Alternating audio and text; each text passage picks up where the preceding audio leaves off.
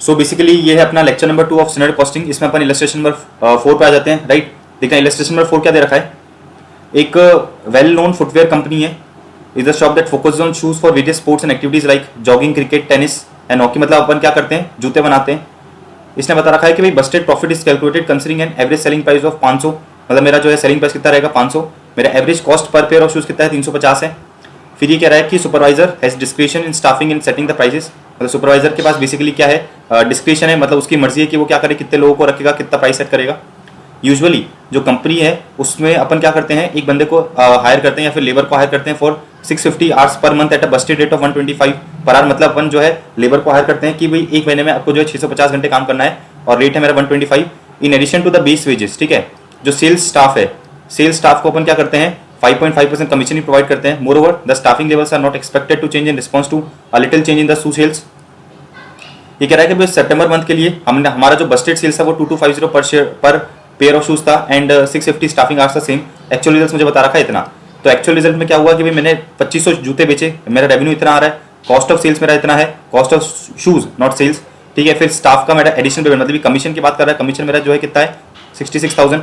इसके अलावा जो है मेरा पेमेंट हुआ वो 125 पर आवर के बेसिस पे कितना हुआ 2,78,125। तो मेरा जो है अल्टीमेटली प्रॉफिट निकल के आ गया इतना। ये बोल रहा है कि भाई आप रिकंसिलेशन बनाओ बस्टेड प्रॉफिट एक्चुअल प्रॉफिट में एंड कमेंट ऑन सुपरवाइजर का परफॉर्मेंस। ठीक है, तो चलो सबसे पहले अगर अपन देखें कि भाई मेरा बस्टेड सेल्स कितना था 2250 था। देखो ये रखा है क्वेश्चन के अंदर, बस्टेड सेल्स मेरा कितना था 2250 बस्टेड सेल्स था। इसके अलावा मेरा जो प्राइस पर पेयर ऑफ शूज था बस्टेड 500, 350 मेरा क्या हो गया cost per pair of shoes हो गया। कमीशन इन लोगों ने दे रखा है, कमीशन कितना पे करेंगे अपन 5.5% ऑफ टेकिंग, मतलब ये वेरिएबल कॉस्ट हो गया।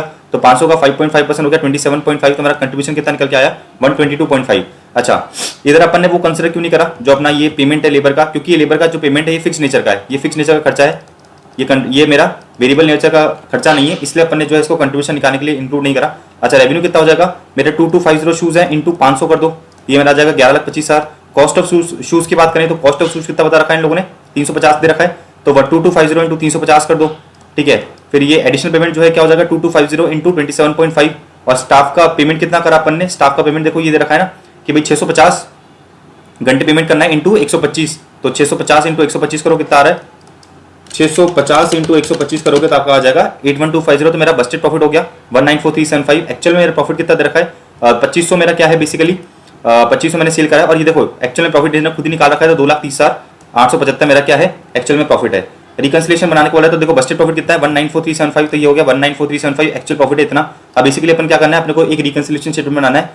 अपन क्या करेंगे वेरिएंसेस को मेजर करते हुए एक रिकंसिलेशन स्टेटमेंट बनाएंगे। अच्छा, अगर आप देखोगे अपने पास कौन कौन सी इन्फॉर्मेशन अवेलेबल है, एक तो रेवेन्यू है, एक कॉस्ट ऑफ शूज है, एक स्टाफ है और एक बेस वेजेस है। तो अपन क्या करेंगे इनके वेरिएंसेस निकालेंगे कि भाई इन दोनों में क्या क्या डिफरेंस आया। तो सबसे पहले अपन रेवेन्यू को एक बार होल्ड करते हैं। कॉस्ट ऑफ शूज की बात करो आप, ठीक है।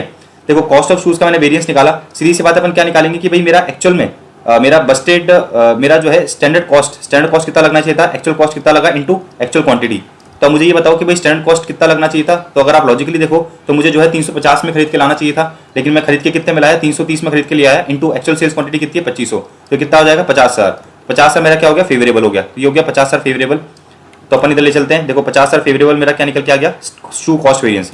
अब बात करते हैं अपन, तो अपन ने बेसिकली ये तो ले लिया शू कॉस्ट ले लिया अपन ने।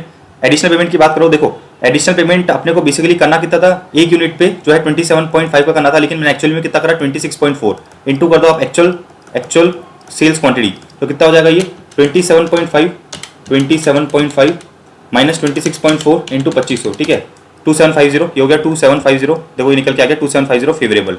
तो अपन ले चलते हैं, ये हो गया 2750 फेवरेबल। ठीक है, इसमें कोई फॉर्मूला लगाने की आपको जरूरत नहीं, फॉर्मूले में दिमाग मत लगाना, आपको लॉजिकली सोचना ना कि भाई जो मेरा कॉस्ट है शू का कॉस्ट है वो मेरा एक्चुअल में होना चाहिए था एक यूनिट का 350, लेकिन एक्चुअल में कितना लिया मैंने 330, मतलब बेसिकली मेरा 20 रुपये का फायदा हो गया ना। अच्छा 20 रुपये का कितने फायदा हुआ 25 रुपये, तो टोटल फायदा हो गया मेरा 50,000 का। अच्छा ऐसे ही आप जो है क्या करो 20 वेजेस तो कर ही दिया अपन ने, सॉरी वेरिएबल कमीशन कर दिया। 20 वेजेस की बात करते हैं, तो ये वेरिएबल कमीशन कर दिया मैंने। 20 वेजेस की बात करो, देखो हमको जो है एक्चुअल में पेमेंट करना था 81,250 का और मैंने पेमेंट कितने का करा 78,125 का, राइट। तो मेरा फायदा कितने का हो गया 3125 का जो है इधर फायदा हो गया, तो ये हो गया 3125। अब बात करते हैं अपन सेल्स की, तो देखो सेल्स में आप डायरेक्ट भी निकाल सकते हो, अपन ने जो है सेल्स के वेरिएंसेस पढ़ रखे हैं। This is page number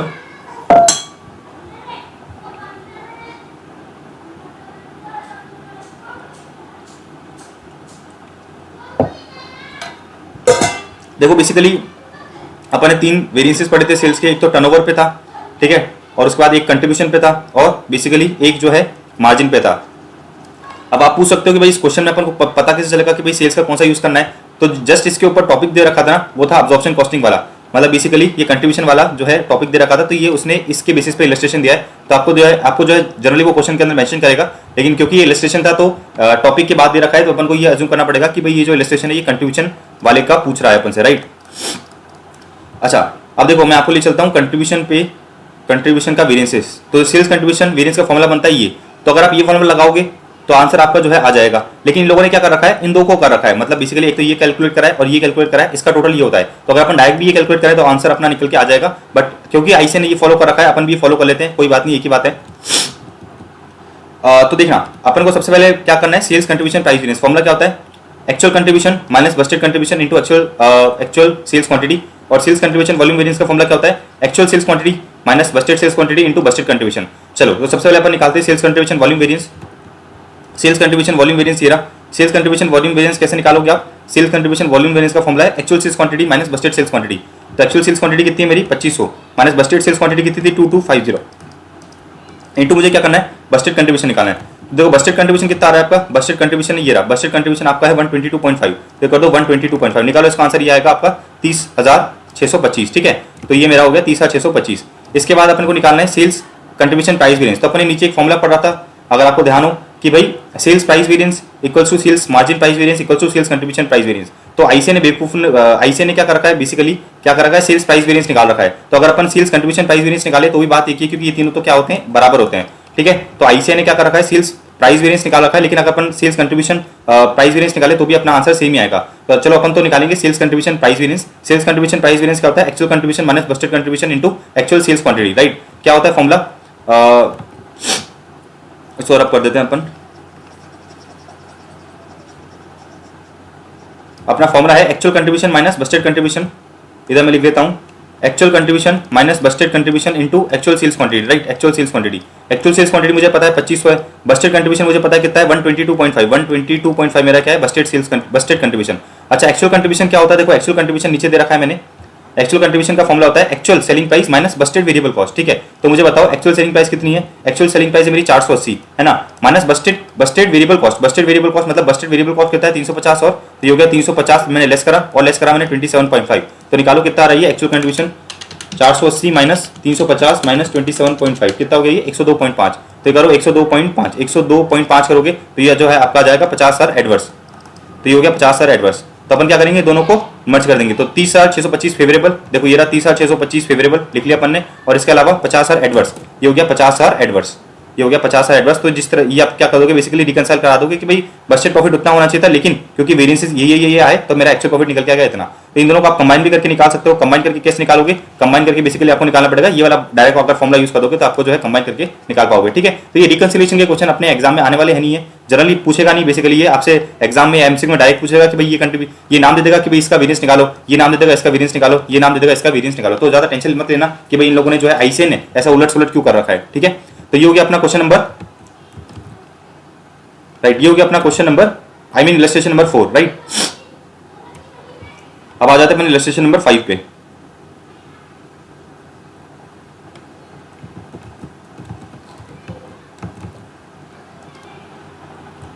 so अपन कर रहे थे क्वेश्चन नंबर 5। देखो क्वेश्चन नंबर 5 को मैंने आपके लिए सिंप्लीफाई कर दिया है। एक कंपनी है ओसाका मैन्युफैक्चरिंग कंपनी, एक लीडिंग कंज्यूमर गुड्स कंपनी है। बजटेड एक्चुअल डेटा हमें को बता रखा है कि भाई इसका सेल्स 2 लाख बजटेड था, सेल्स यूनिट 2 लाख बजट का था, सेल्स अमाउंट में आ गया, वेरिएबल कॉस्ट फिक्स कॉस्ट ही प्रॉफिट हो गया। एक्चुअल दे रखा है, डेटा मुझे बता रखा है। अच्छा अगर आप देखोगे कि भाई मेरी जो सेल्स है वो 21 लाख की है, यूनिट से 2 लाख की, तो मेरा एवरेज मतलब बेसिकली पर यूनिट का सेलिंग प्राइस कितना हो गया 10.5। इधर मेरा पर यूनिट का सेलिंग प्राइस कितना हो गया 10.26। कैसे निकाला, 16,92,900 डिवाइड बाई 1,65,000 10.26 आ गया। अच्छा मुझे क्वेश्चन में देखो एक चीज बता रखी है कि भाई मेरा जो है एक्चुअल टोटल मार्केट साइज था 4 लाख। जब मैंने बजट बनाया था ना, तो बजट के बेसिस पे मैंने क्या निकाला था कि भाई मेरा जो है टोटल मार्केट साइज होगा 4 लाख, लेकिन एक्चुअल में टोटल मार्केट साइज कितना हुआ 3,75,000 हो गया। अब मुझे ये रिकंसिलिएशन बनाने को बोल रहा है, राइट, रिकंसिलिएशन बनाने को बोल रहा है। अच्छा आपको एक बात समझ में आनी चाहिए, देखो क्वेश्चन में खुद क्या रखा है कि भाई मार्जिनल कॉस्टिंग के बेसिस पे आप क्या करोगे, रिकंसिलिएशन बनाओगे। तो मैंने आपको बताया था कि जब मार्जिनल कॉस्टिंग के बेसिस पे अपन रिकंसिलिएशन बनाते हैं तो अपन कौन सा वेरिएंस यूज करेंगे, अपन यूज करेंगे सेल्स कंट्रीब्यूशन वाला वेरिएंस। तो आपको इधर दिखा भी देता हूँ। देखो बेस्ड ऑन कंट्रीब्यूशन वाला अपन को यूज करना पड़ेगा। इधर लिखा हुआ है मार्जिनल कॉस्टिंग के बेसिस पे अपन यूज करेंगे। अच्छा, आप एक और चीज बड़े ध्यान से समझना, जब अपन क्या करते हैं सेल्स कंट्रीब्यूशन वेरिएंस निकालते हैं तो अपन या तो मैं डायरेक्टली निकाल दूं, डायरेक्टली निकालने के अलावा क्या कर दूं मैं ये दो अलग अलग निकाल दूं, एक और ये दो, इन दोनों को ऐड कर दूंगा तो मेरा जो है बेसिकली ये वेरिएंस आ जाएगा। तो सबसे पहले अगर मैं निकालूं सेल्स कंट्रीब्यूशन प्राइस वेरिएंस और एक है सेल्स कंट्रीब्यूशन वॉल्यूम वेरिएंस, ठीक है। एक होता है सेल्स कंट्रीब्यूशन प्राइस वेरिएंस और एक होता है सेल्स कंट्रीब्यूशन वॉल्यूम वेरिएंस। सबसे पहले अगर मैं निकालूं सेल्स कंट्रीब्यूशन प्राइस वेरिएंस तो मुझे एक चीज पता है नीचे कि भाई सेल्स कंट्रीब्यूशन प्राइस वेरिएंस किसके बराबर होता है, सेल्स प्राइस वेरिएंस के बराबर होता है। तो आप इन तीनों में से कोई भी फॉर्मुला यूज करके क्या निकाल सकते हो, सेल्स कंट्रीब्यूशन प्राइस वेरिएंस निकाल सकते हो। तो सेल्स कंट्रीब्यूशन प्राइस वेरिएंस मैं इस फॉर्मुला से निकाल लेता हूं, ये आसान फॉर्मुला होता है, तो आप बेसिकली एग्जाम में यूज कर लेना ताकि आपका जो है टाइम बचे और आपका जल्दी आंसर निकल जाए। क्या है, actual selling price minus budgeted selling price into actual sales quantity. तो देखो एक्चुअल सेलिंग प्राइस कितनी है मेरी, एक्चुअल सेलिंग प्राइस है मेरी 10.26, ये रहा 10.26 माइनस मेरा बजटेड सेलिंग प्राइस कितना था 10.5 इंटू मैं कर दूंगा 1,65,000 जो मेरी एक्चुअल यूनिट्स है। तो मेरा आंसर निकल के आएगा कितना 39,600। ये तो हो गया मेरा क्या सेल्स प्राइस वेरिएंस। अच्छा, अगर मैं निकालूं तो मेरा बेसिकली मैंने क्या करा सेल्स प्राइस वेरिएंस निकाल दिया। अच्छा, अगर आप फिक्स कॉस्ट की बात करोगे तो देखो बजटेड कितना था 3,15,000, एक्चुअली कितना है 3,30,000, तो कितना हो गया ये 15,000 हो गया। तो 15,000 का मेरा क्या है ये एडवर्स हो गया। वेरिएबल वेरिएंस निकालना चाहो तो आप डायरेक्टली निकाल सकते हो। देखो 12,67,000 2 लाख यूनिट्स के लिए था, ठीक है। तो 1,65,000 के लिए एक्चुअल में कितना होना चाहिए, तो आप ऐसा कर सकते हो इसको डायरेक्टली कि भाई 12,67,000 2 लाख यूनिट के लिए था, तो 1 लाख यूनिट के लिए कितना हो गया 12,67,000 डिवाइड बाय 2 लाख इंटू कर लो 1,65,000। तो ये जो है आपका बजटेड वेरिएबल कॉस्ट आ जाता है, कितना होगा ये 12,67,000 डिवाइड बाय 2 लाख इंटू कर दूं 1,65,000। तो मेरा बजटेड होना चाहिए था 1,044,450 और एक्चुअल में कितना है, एक्चुअल में देखोगे तो 1,074,150 है। तो माइनस कर दो 1,074,150 कितना आ रहा है ये 1,074,150 आ जाएगा आपका 29,700। ये हो गया मेरा वेरिएबल कॉस्ट एडवर्स। तो जो मैंने आपको फॉर्मुला समझाया था आप डायरेक्टली फॉर्मुला से जाके भी कर सकते हो, और अगर आपको लॉजिकली बात समझ में आती है तो आप डायरेक्टली जो है वेरिएबल कॉस्ट निकाल सकते हो, एग्जाम में थोड़ा आसानी रहेगा आपके लिए। फिर अपन बात करेंगे सेल्स कंट्रीब्यूशन किसकी, सेल्स कंट्रीब्यूशन वॉल्यूम वेरिएंस की, राइट। अच्छा देखो सेल्स कंट्रीब्यूशन वॉल्यूम वेरिएंस, लेकिन आपको देखो एक चीज समझनी पड़ेगी, मैंने आपको एक चीज समझाई थी कि भाई सेल्स कंट्रीब्यूशन वॉल्यूम वेरिएंस को आप दूसरे तरीके से भी निकाल सकते हो, और वो दूसरा तरीका क्या है, देखो सेल्स कंट्रीब्यूशन वॉल्यूम वेरिएंस को किससे निकाल सकते हो, मार्केट साइज वेरिएंस और मार्केट शेयर वेरिएंस। और मार्केट साइज वेरिएंस और मार्केट शेयर वेरिएंस का फॉर्मुला ये रहा, ठीक है। अच्छा, अपन ये वाला फॉर्मुला क्यों लगा रहे हैं, क्योंकि देखो क्वेश्चन में मुझे मार्केट साइज और मार्केट शेयर के बारे में इन्फॉर्मेशन दे रखी है, तो आपको समझना पड़ेगा कि भाई जब मार्केट साइज और मार्केट शेयर के बारे में इन्फॉर्मेशन दे रखी है तो मुझे सेल्स कंट्रीब्यूशन वॉल्यूम वेरिएंस का फॉर्मुला वो वाला यूज करना पड़ेगा जो मुझे नोट्स में दे रखा है। तो क्या अपन को ये दोनों निकालना पड़ेगा, ये है मार्केट शेयर वेरिएंस और ये मार्केट साइज वेरिएंस। तो मार्केट शेयर वेरिएंस अगर मैं निकालूं तो क्या होता है एक्चुअल मार्केट शेयर। तो देखो मुझे बताओ एक्चुअल मार्केट शेयर कितना है, मेरा एक्चुअल मार्केट शेयर है 1,65,000 का, राइट। तो देखो एक्चुअल मार्केट शेयर मैंने निकाला 1,65,000 का, एक्चुअल मार्केट शेयर मैंने निकाला 1,65,000 का, राइट। फिर मैं क्या करता हूं माइनस करता हूं budgeted market share of actual market size, ठीक है। तो अगर आप देखो क्वेश्चन में मुझे बता रखा है कि भाई बजट जो मैंने बनाया था वो कैसे, उसमें मैं बोल रहा था कि भाई मेरा मार्केट शेयर रहेगा 2 लाख यूनिट्स और मेरा मार्केट साइज कितना है 4 लाख है। मतलब मैं ये देख रहा था कि बजट बनाते समय टोटल मार्केट साइज का मेरा मार्केट शेयर कितना है 2 lakh divide by 4 lakh into 100, तो ये हो गया 50%। तो बजटेड मेरा जो मार्केट साइज था वो था 50%, और अपने को लेना क्या है budgeted market share of actual market size. लेकिन अपना जो मार्केट साइज है वो एक्चुअल में कितना हो गया 3,75,000 हो गया। तो बजटेड मार्केट शेयर कितना होगा 3,75,000 का 50%। तो मैंने क्या करा 3,75,000 का 50% करा इंटू मैं निकालूंगा बजटेड कंट्रीब्यूशन। बजटेड कंट्रीब्यूशन कैसे निकालोगे, तो सेल्स कितनी दे रखी है 21 लाख बजटेड, और बजटेड वेरिएबल कॉस्ट कितना दे रखा है 12,67,000। तो 21 लाख माइनस 12,67,000 करोगे तो बजटेड कंट्रीब्यूशन आ जाएगा।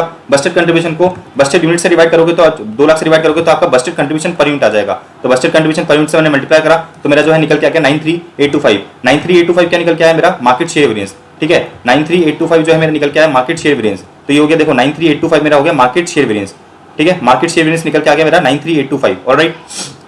फिर अपने को निकालना है क्या मार्केट अपने शेयर वेरिएंस निकाल दिया, मार्केट साइज वेरिएंस निकालूंगा budgeted market share of actual market size. Actual market size का मेरा बजटेड शेयर क्या होना चाहिए था, तो वही देखो 3,75,000 का 50%, और माइनस क्या करना है मुझे, माइनस करना है मेरे को बजटेड मार्केट शेयर। तो बजटेड मार्केट शेयर 2 लाख का, तो this minus this into budgeted contribution, मेरा आंसर निकल के आएगा 52,125। तो ये हो गया मेरा 52,125 एडवर्स वेरिएंस। तो मैंने क्या करा बेसिकली बजटेड प्रॉफिट उठाया, बजटेड प्रॉफिट क्वेश्चन में दे रखा था मुझे, उसके अलावा एक्चुअल प्रॉफिट लिखा, मुझे रिकंसिलिएशन वेरिएंस निकालने थे, मैंने जो वेरिएबल कॉस्ट का आसानी से निकाल दिया, फिक्स कॉस्ट का आसानी से निकाल दिया। अब बचा रही बात सेल्स प्राइस की सेल्स वेरिएंस निकालने के लिए, तो क्योंकि क्वेश्चन मुझे इन्फॉर्मेशन दे रखी है कि भाई मुझे जो है मार्जिनल कॉस्टिंग को यूज करना है, तो मार्जिनल कॉस्टिंग के बेसिस पे आपको पता है कि अपन कौन सा यूज करेंगे कंट्रीब्यूशन। तो मैं क्या कंट्रीब्यूशन में मुझे पता है 2 चीजें निकलती है, कौन कौन सी, एक प्राइस वेरिएंस और एक वॉल्यूम वेरिएंस। तो प्राइस वेरिएंस मैंने डायरेक्टली निकाल दिया, जो मेरा प्राइस वेरिएंस होता है आप ये वाला फॉर्मुला यूज करके भी निकाल सकते हो, लेकिन मैं आपको सजेस्ट करूंगा कि भाई अगर मैं आपको सजेस्ट करूंगा कि क्वेश्चन हमेशा इस फॉर्मुले से निकाल देना, क्योंकि ये तीनों बराबर ही होते हैं। तो अपने बता रखा है ना कि भाई sales contribution price variance equal to sales price variance equal to sales margin price variance. तो आप इससे निकाल दो कि आपका जो है आंसर जल्दी निकल के आ जाएगा। तो अपने क्या करा सेल्स प्राइस वेरिएंस निकाल दिया, उसके अलावा फिर मुझे क्या निकालना है सेल्स कंट्रीब्यूशन वॉल्यूम वेरिएंस। तो सेल्स कंट्रीब्यूशन वॉल्यूम वेरिएंस का फॉर्मूला तो होता ही है, लेकिन क्योंकि क्वेश्चन में आपको इन्फॉर्मेशन दे रखी थी मार्केट साइज और मार्केट शेयर के बारे में, तो आपको जो है दिमाग चलाना पड़ेगा कि भाई जो है मुझसे ये कौन सा निकलवाएगा, सेल्स कंट्रीब्यूशन वॉल्यूम वेरिएंस का फॉर्मूला यूज कराएगा ये वाला, market size variance plus market share variance. तो ये हो गया मार्केट साइज वेरिएंस और मार्केट शेयर वेरिएंस, और market size variance and market share variance के बेसिस पे मैंने क्या करा, सेल्स कंट्रीब्यूशन वॉल्यूम वेरिएंस निकाल दिया, तो जो है मेरा टोटल वेरिएंस से निकल के आ गया, राइट। तो मेरा जो है बजटेड प्रॉफिट किससे रिकंसाइल हो गया, एक्चुअल प्रॉफिट से रिकंसाइल हो गया। ऑलराइट, चलो अपन मूव ऑन करते हैं किस पे, बेसिकली इलस्ट्रेशन नंबर 6 पे। तो ये लोगों ने जो रामकथा दे रखी है वो मत करना, जो मैंने आपको आसानी से कराया वैसे कर लेना। आते हैं इलस्ट्रेशन नंबर 6 पे।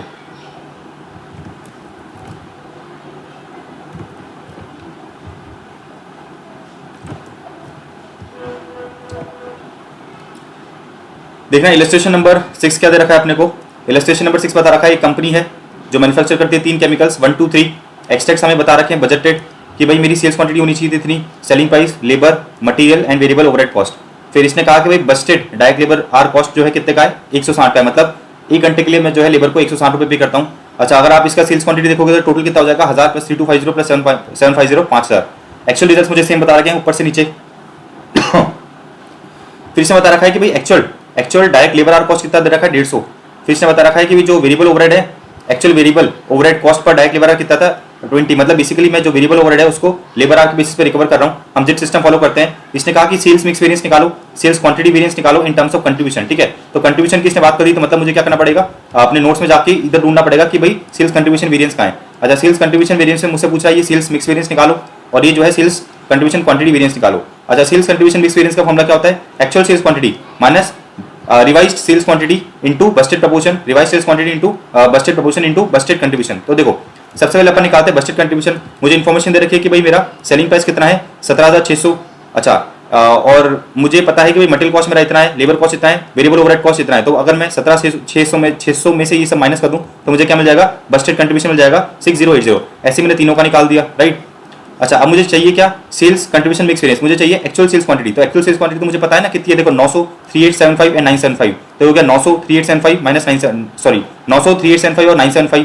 फिर मुझे चाहिए BSMQ, इसका मतलब क्या होता है, revise sales quantity into budgeted proportion. तो मुझे बताओ कि भाई जो मेरी एक्चुअल सेल्स यूनिट है वो कितनी है, 900 प्लस 3875 प्लस 975 कितना हो गया, 5750। अच्छा, मुझे क्या करना पड़ेगा, इस 5750 को इस प्रपोर्शन में बांटना पड़ेगा, 1000 3250 और 750। तो अपना BSMQ, ठीक है, या फिर RSQ यही तो होता है कि जो मेरा एक्चुअल में सेल्स हुई है उसको मैं क्या करूंगा, बजटेड प्रपोर्शन में डिस्ट्रीब्यूट कर दूंगा। तो मेरा बजटेड प्रपोर्शन क्या है, 1000 3250 और 750, तो कितना हो गया 5000। तो बेसिकली मुझे क्या करना पड़ेगा, जो मेरी टोटल अमाउंट है उसको मैं जो है क्या करूंगा, इस प्रपोर्शन में डिस्ट्रीब्यूट करूंगा। तो C1 कैसे निकलेगा, 1000 डिवाइड बाय 5000। तो 1000 डिवाइड बाय 5000 इंटू मैं करूंगा क्या, 5750 ये टोटल, तो ये आ जाएगा 1150। ठीक है, इस तरह से मैं इसका और इसका निकाल दूंगा। तो मेरा कितना निकल के आ गया, 1150। दिस एंड दिस दोनों का डिफरेंस लिया मैंने, मल्टीप्लाई करा कंट्रीब्यूशन से, तो मेरा जो निकल के आ गया मिक्स वेरिएंस 1 2 3। ठीक है, तो फर्स्ट फॉर्मूला अगर आपको याद है तो आपका पूरा आंसर हो जाएगा। अपन को क्या करना है, actual sales quantity minus budgeted sales budgeted BSMQ। ठीक है, सो एक्चुअल सेल्स क्वांटिटी मेरी ले ली मैंने, ये माइनस कर दिया मैंने RAQ रिवाइज्ड एक्चुअल क्वांटिटी, ये मेरा डिफरेंस आ गया, कंट्रीब्यूशन से मल्टीप्लाई करा तो मेरा वेरिएंस निकल के आ गया। सेम काम आपको करना है, सेल्स कंट्रीब्यूशन क्वांटिटी वेरिएंस, आपको जो सारी इन्फॉर्मेशन दे रखी है ये फॉर्मूला यूज करो, आपका जो है आंसर निकल के आ जाएगा, ये आपका जो है आंसर हो जाएगा, राइट। बस अपन को इसमें ध्यान क्या रखना था, ये अपन RSQ कैसे निकालेंगे। तो RSQ सिंपल सा बात ये है कि अपन क्या करेंगे, जो मेरी टोटल सेल्स हुई है उसको मैं बजटेड प्रपोर्शन में क्या करूंगा, डिस्ट्रीब्यूट कर दूंगा। तो जो 5750 है उसको मैं जो है इन तीनों के रेशियो में डिस्ट्रीब्यूट करके मैं ये देखूंगा कि मेरी जो है रिवाइज एक्चुअल क्वांटिटी क्या होनी चाहिए थी। तो सेल्स मेरा मिक्स वेरिएंस निकल गया और सेल्स मेरा क्वांटिटी वेरिएंस निकल गया। ऑलराइट, चलो अपन जो है अब क्वेश्चंस करते हैं इसके।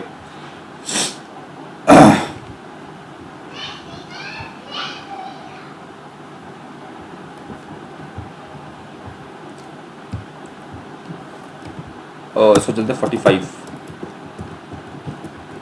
सो आ जाते हैं अपन क्वेश्चन नंबर 1 पे।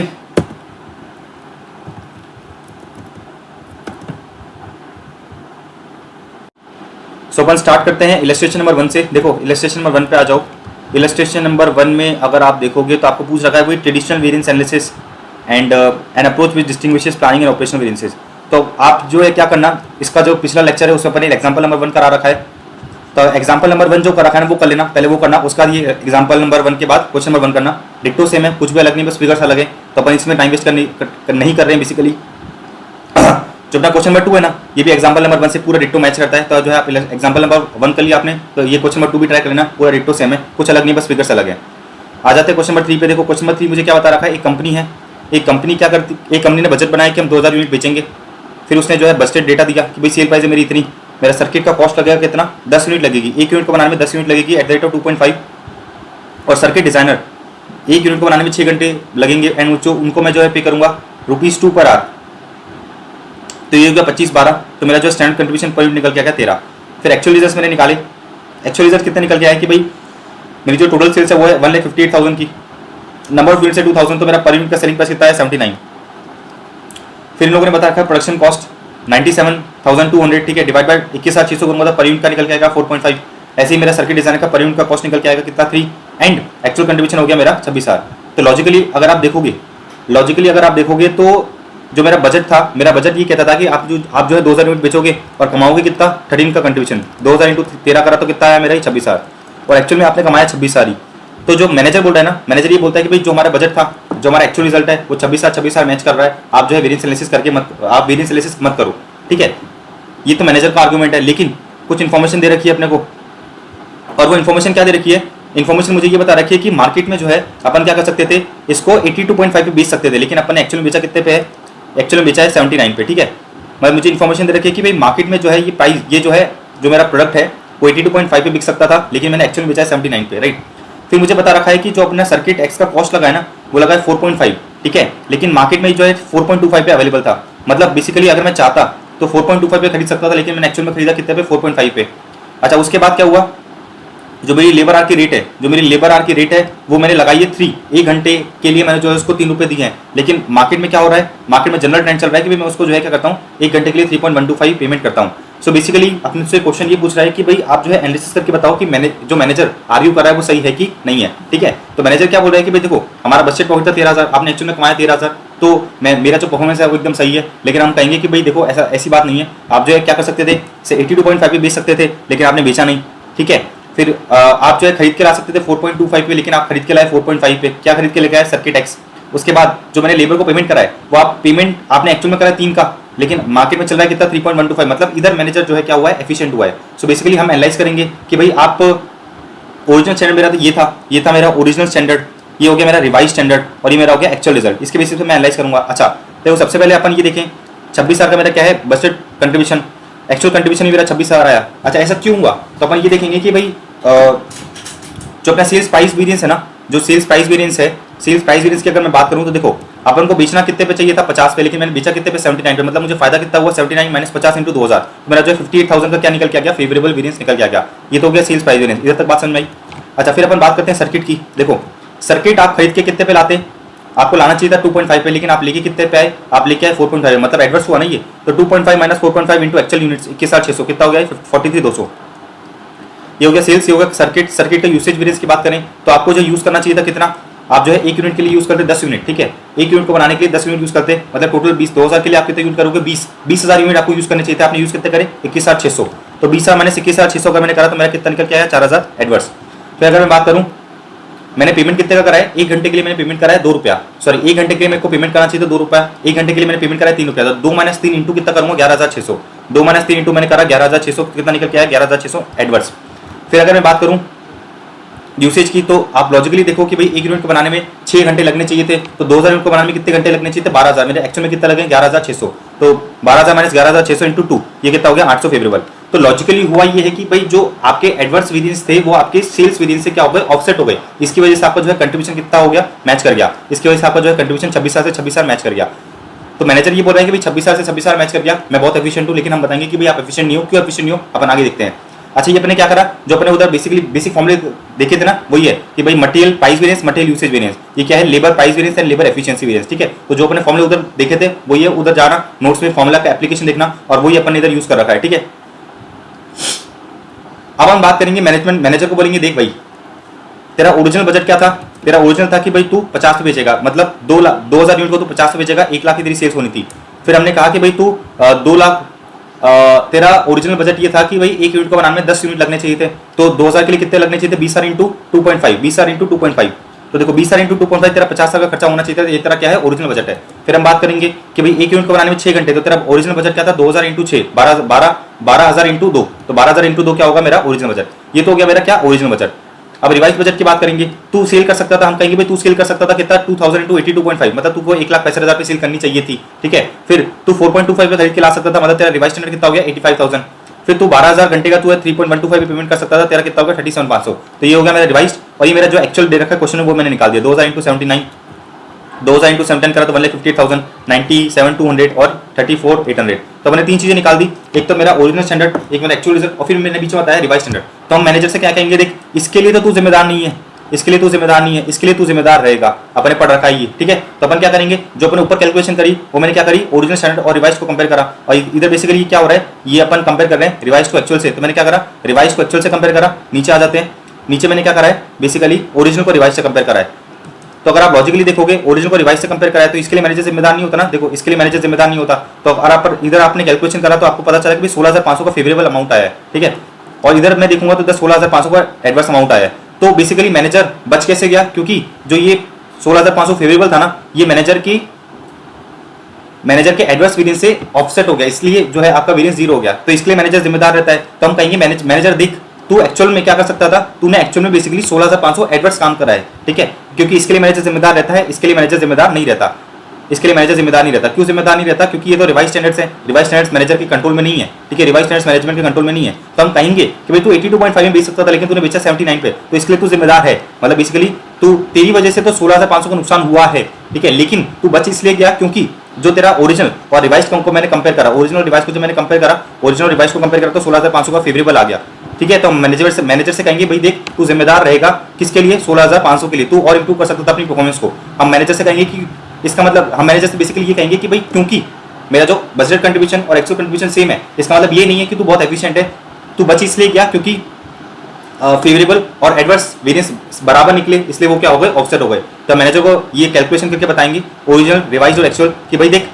16,500 एडवर्स के लिए तू जिम्मेदार है, तू बच इसलिए गया क्योंकि जो अपन ने जब ओरिजिनल और रिवाइज को कंपेयर करा तो 16,500 का फेवरेबल आ गया, ठीक है। अच्छा ये कैलकुलेशन अपने कौन सी करी है, जो अपने ऊपर कैलकुलेशन करी ना, जो अपने ये वाली कैलकुलेशन करी ना, सेम कैलकुलेशन आपको नीचे करनी है, किसके रिस्पेक्ट में, रिवाइज और एक्चुअल एंड ओरिजिनल और रिवाइज, ठीक है। तो अपन को बात समझ में आ गई।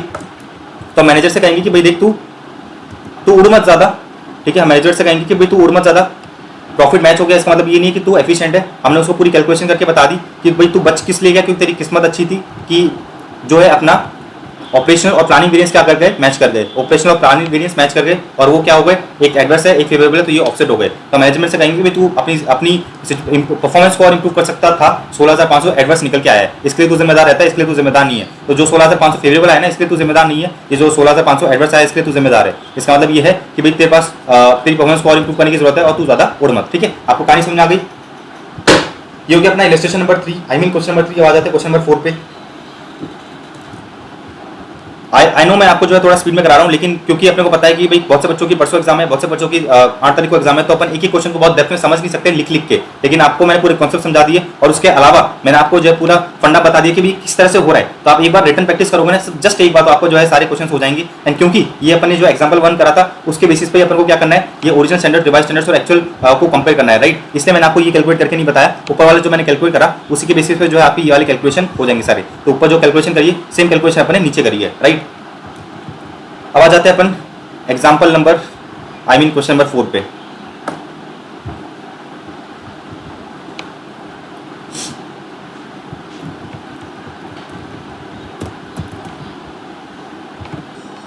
So let us resume question number 4।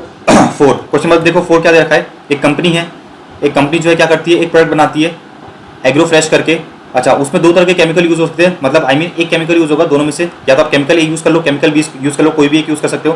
देखो इसमें क्या दे रखा है कि भाई 1 लीटर बनाने के लिए आपके पास ऑप्शन है कि आप क्या कर सकते हो, 12 litre of chemical A use कर सकते हो या 12 litre of chemical B use कर सकते हो, ठीक है।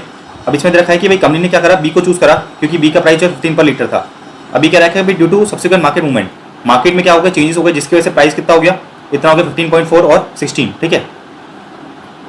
सो मुझे बता रखा है कि भाई due to subsequent market movement during the year the actual price change हो गया। अगर कंसर्न डिपार्टमेंट ने इफेक्टिवली परचेज करा होता तो कॉस्ट कितना निकल के आता है, इतना। अच्छा, अब एक्चुअल में क्या हुआ है कि भाई एक्चुअल में मैंने 1000 लीटर प्रोड्यूस कराया, और 1000 लीटर के लिए मैंने जो है 12,800 का केमिकल यूज कर लिया एट द रेट ऑफ 16.4 पर लीटर। कॉस्ट कितना है टोटल, तो टोटल का जो मैंने इससे डिवाइड करा तो मेरा जो है 16.4 निकल के आ गया। और ये बोल रहा है कि भाई traditional planning and operational variance निकाल दो। वेरी इजी, देखो सबसे पहले अगर मैं ट्रेडिशनल वेरिएंस निकालूं तो ट्रेडिशनल वेरिएंस अपन निकालते हैं, देखो ये रहा ट्रेडिशनल वेरिएंस में सबसे पहले प्राइस वेरिएंस निकालो। तो प्राइस वेरिएंस का मतलब क्या है कि भाई आपको परचेज करना चाहिए था कितने पे, 15 पे, लेकिन आपने परचेज करा कितने पे, 16.4 पे। तो 15 minus 16.4 into actual sales quantity कितना निकल के आ गया, ये 17,920। यूसेज वेरिएंस की बात करें तो जो है आपको यूज करना चाहिए था 1 लीटर के लिए 12 लीटर ऑफ केमिकल बी, आपने एक्चुअल में यूज करा कितना, 12,800। तो अपने 1000 लीटर प्रोड्यूस कराना है तो 1000 इंटू 12 करोगे तो 12,000, तो 12,000 आपको यूज करना चाहिए था, आपने यूज करा 12,800 इंटू 15, ठीक है। तो 12,000 माइनस 12,800 इंटू 15 कितना हो गया, 12,000 एडवर्स, तो ये टोटल निकल के आ गया। ये तो हो गया मेरा ट्रेडिशनल एनालिसिस। अब बात करेंगे अपन किसकी, प्लानिंग एंड ऑपरेशनल वेरिएंसेस की। तो सबसे पहले देखो ओरिजिनल स्टैंडर्ड कितना था, मुझे जो है 12,000 का केमिकल यूज करना था, 12,000 लीटर केमिकल यूज करना था एट द रेट ऑफ 15, ठीक है। तो मेरा हो गया ओरिजिनल स्टैंडर्ड। अच्छा रिवाइज की अगर मैं बात करूं तो रिवाइज मुझे ये कह रखा है कि भाई अगर आप इफेक्टिवली परचेज करना चाहते तो आप जो है 16 पे परचेज कर सकते थे, ठीक है। तो अगर मैं बात करूं तो मेरा रिवाइज स्टैंडर्ड कितना हो गया, रिवाइज स्टैंडर्ड हो गया मेरा वही 12,000 यूनिट, मैं 16 पे परचेज कर सकता हूं, मेरी कंडीशन चेंज हो गई।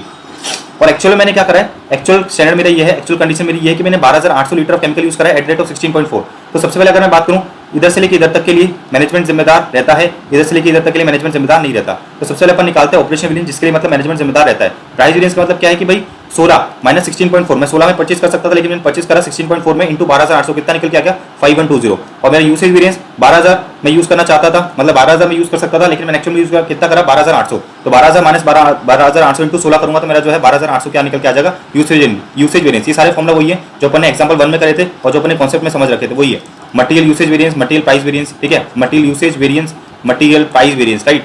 प्लानिंग वेरिएंस की बात करें तो प्लानिंग वेरिएंस देखो ये रहा, इधर से लेकर इधर तक के मैनेजमेंट जिम्मेदार नहीं रहता। इन लोगों ने जो कर रखा है इसको भूल जाओ, मैं आपको फटाफट शॉर्टकट तरीका बताता हूं जो अपन करते हैं। अपन सबसे पहले प्राइस वेरिएंस निकालूंगा। तो प्राइस वेरिएंस का मतलब क्या है कि भाई मुझे 15 पे खरीदना चाहिए था लेकिन मैंने खरीदा कितने पे, 16 पे, इंटू क्वांटिटी कितनी है 12,000, तो इंटू करा मैंने 12,000 तो कितना निकल के आ गया, ये 12,000 एडवर्स। तो मेरा डायरेक्ट निकल के आ जाएगा 12,000 एडवर्स। अच्छा मैं यूसेज वेरिएंस क्यों नहीं निकालूंगा, क्योंकि यूसेज वेरिएंस निकालने का फॉर्मुला क्या होता है, 12,000 माइनस 12,000 इंटू 15, वो तो जीरो हो जाएगा, राइट। तो मेरा जो है 12,000 एडवर्स डायरेक्ट निकल के आ गया। तो टोटल मैंने करा 29950। तो जो अपन ट्रेडिशनल एनालिसिस करते हैं वो आपका मैच करेगा इससे, लेकिन अपन ने इसको क्या करा, बाइफरकेट कर दिया प्लानिंग एंड ऑपरेशनल वेरिएंस में। प्लानिंग वेरिएंस के लिए मैनेजमेंट जिम्मेदार नहीं रहता, ऑपरेशनल वेरिएंस के लिए मैनेजमेंट जिम्मेदार रहता है। आई थिंक आपको आसानी से समझ में आ गया होगा। आपको जो है थोड़ा क्या करना पड़ेगा, फॉर्मुलेस को रटना पड़ेगा, फॉर्मुलेस को समझना पड़ेगा, उसके बेसिस पे जो है आप फटाफट कर पाओगे इनको। तो ये हो गया अपना question number 4। Let us just jump on to question number 5।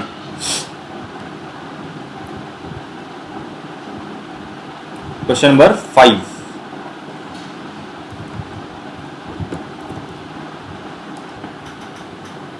So आ जाते हैं अपन illustration number 5, I mean question number 5 पे।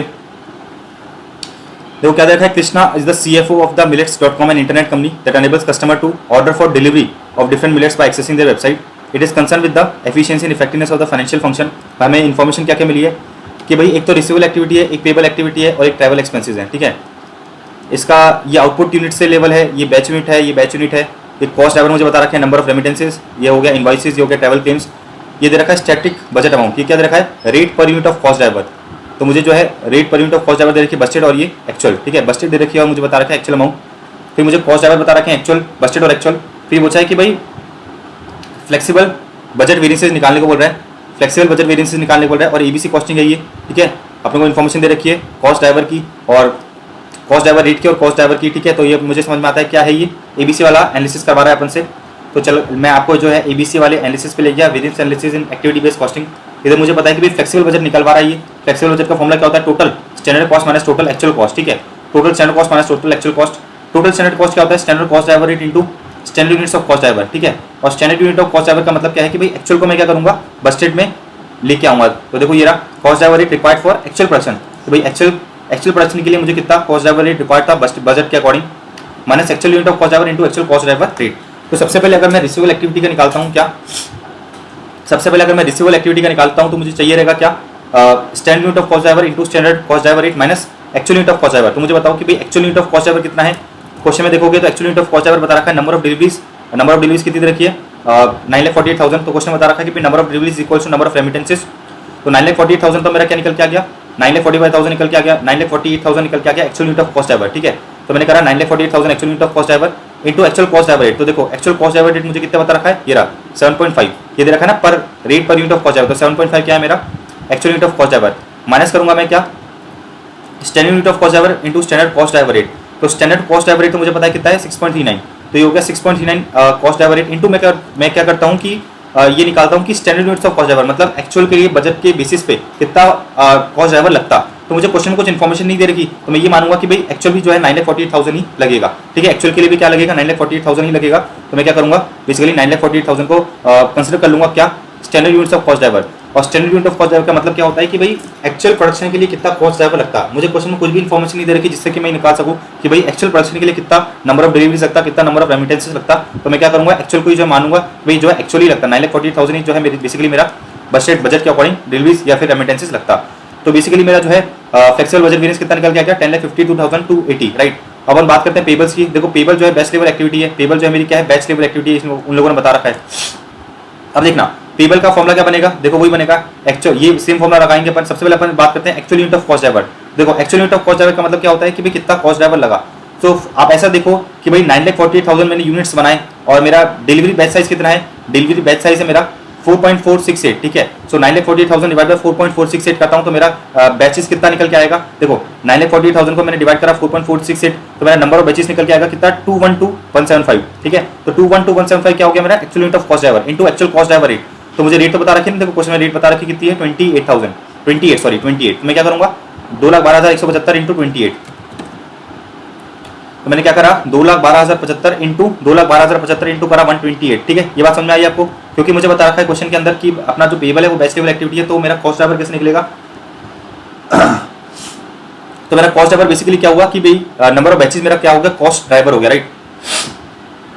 तो मुझे एक चीज पता है कि भाई मेरी नंबर ऑफ डिलीवरीज है 9,48,000। अच्छा मेरा जो है एक डिलीवरी बैच का साइज है 4.468, ठीक है। तो मतलब मैंने नंबर ऑफ डिलीवरीज कितनी करी होगी, नंबर ऑफ इनवॉइसेस कितने रेज करे होंगे, जितने मेरे नंबर ऑफ बैचेस हैं, राइट। तो 9,48,000 मैंने डिवाइड करा बैच साइज से 4.468, 9,48,000 को मैंने डिवाइड करा 4.468 से, तो मुझे समझ में आता है कि भाई नंबर ऑफ बैचेस मेरे कितने निकल के आ रहे हैं, 2,12,175। अब हम बात करते हैं कितने की, अब अपन ये देखते हैं कि भाई अपने को चाहिए क्या, स्टैंडर्ड कॉस्ट ड्राइवर रेट। तो स्टैंडर्ड कॉस्ट ड्राइवर रेट मुझे बता रखा है 29 और मुझे चाहिए क्या रहेगा, standard units of cost driver. इसका मतलब क्या है कि भाई एक्चुअल यूनिट्स के लिए बजट के अकॉर्डिंग मुझे कितना बैचेस प्रोड्यूस करना था। तो आप ये देखो कि भाई एक्चुअल मेरा यूनिट है कितना 9,40,000, बजट के अकॉर्डिंग मेरी डिलीवरी साइज होनी चाहिए थी 5 की। तो 9,48,000 डिवाइड बाय अगर मैं कर दूं 5, ये निकल के आता है मेरा 1,89,600, 1,89,600 जो है क्या होना चाहिए था मेरा, बेसिकली नंबर ऑफ बैचेस होने चाहिए थे, राइट। तो देखो 1,89,000 मेरे नंबर ऑफ बैचेस होने चाहिए थे, मेरे स्टैंडर्ड कॉस्ट ड्राइवर रेट मुझे पता है 29, तो मेरा जो है वेरिएंस निकल के आएगा कितना 4,42,500, ठीक है। सेम आप काम आप किसके लिए करोगे, जो अपने ऊपर काम करा पेबल के लिए, सेम काम अपन को करना है एक्सपेंस के लिए, ट्रैवल एक्सपेंस के लिए। तो आपको जो है ट्रैवल एक्सपेंस का फ्लेक्सिबल बजट वेरिएंस निकल के आ जाएगा। आई होप आपको समझ में आ रहा होगा। मैं देखो ये एडमिट करता हूँ कि जो अपन ने अभी तक के सारे चैप्टर्स करें उसमें सबसे डिफिकल्ट चैप्टर आपको जो स्टैंडर्ड कॉस्टिंग पड़ेगा, क्योंकि ये थोड़ा सा टिपिकल है, इसमें थोड़ा आपको एप्लीकेशन करना पड़ेगा, थोड़ा ज्यादा दिमाग लगाना पड़ेगा, प्लस फॉर्मूले को भी आपको जो है याद करना पड़ेगा। सो कोई बात नहीं, आप जो है एक दो बार प्रैक्टिस कर लेना, ठीक है। अगर अभी भी आपको जो ये चीजें क्लियर नहीं हुई तो आप क्या करना, शांति से जाके जो मेरा इसका पिछला लेक्चर था स्टैंडर्ड कॉस्टिंग का, उसको एक बार वापस गो थ्रू कर लेना, आपको जो है थोड़ा रिवाइज हो जाएगा, तो चीजें आपको जो है ज्यादा जल्दी क्लिक होगी, राइट। अब मुझे तो ये इसलिए इतनी जल्दी इसलिए क्लिक हो रही है क्योंकि मैंने जो है नवंबर 23 में, आई थिंक नवंबर 23 में कॉस्टिंग हमारा जो बेसिकली एक मेन सब्जेक्ट हुआ करता था, उसके लिए मैंने प्रिपरेशन करी थी। सारे क्वेश्चंस वही वाले हैं, ठीक है, इसलिए मेरे को बहुत ज़्यादा दिक्कत आ रही नहीं है, राइट। तो आपको भी यही करना है कि अगर आपको जो है दिक्कत आ रही हो तो आप जो है पहले क्वेश्चन फॉर्मूले को जो है क्या करो, फॉर्मूले को रट लो, फॉर्मूले को समझो कि भाई फॉर्मूले में एक एक चीज़ का मतलब क्या है। अगर आपको जो है फॉर्मूले में अगर एक एक चीज़ का मतलब समझ में आ गया तो आप जो है बेसिकली क्वेश्चन से जो है आप आंसर को डिराइव कर पाओगे आसानी से, ठीक है। और ज़्यादा लोड मत लेना, ठीक है। अगर आपसे स्टैंडर्ड कॉस्टिंग बहुत ज़्यादा नहीं हो रही है तो आप जो है बेसिक फॉर्मूले याद कर लेना, बेसिक फॉर्मूले से हो सकता है कि भाई एग्जाम में आपकी किस्मत अच्छी हो तो वही आसान क्वेश्चन आ जाए, राइट। सो अभी आपको जो है फ्लेक्सिबल बजट निकालना आ गया। फ्लेक्सिबल बजट निकालने का तरीका यही है, जो अपना फॉर्मूला बेसिकली दे रखा है, कौन क्या है फॉर्मूला। अपन देखते हैं कि भाई total standard cost minus total actual cost. और टोटल स्टैंडर्ड कॉस्ट का मतलब क्या होता है, standard units of cost driver into standard cost driver rate. और मेरा टोटल एक्चुअल कॉस्ट का मतलब क्या होता है कि भाई actual units of cost driver into actual cost driver rate. इसमें बस अपने को ध्यान क्या रखना है कि भाई जो अपना ये standard units of cost driver, इसका मतलब क्या है कि भाई एक्चुअल प्रोडक्शन के लिए कितना मेरा कॉस्ट ड्राइवर लगता है, एक्चुअल प्रोडक्शन के लिए मेरा कितना कॉस्ट ड्राइवर लगता है, वही मेरा क्या होता है standard unit of cost driver, right. Alright, तो अपन मूव करते हैं क्वेश्चन नंबर 6 पे। अपने 6 क्वेश्चन और बच रहे हैं, 6, 7, 8, 9, 10, 11, 12, ऑल राइट। 6 क्वेश्चन और बच रहे हैं, आई मीन 7।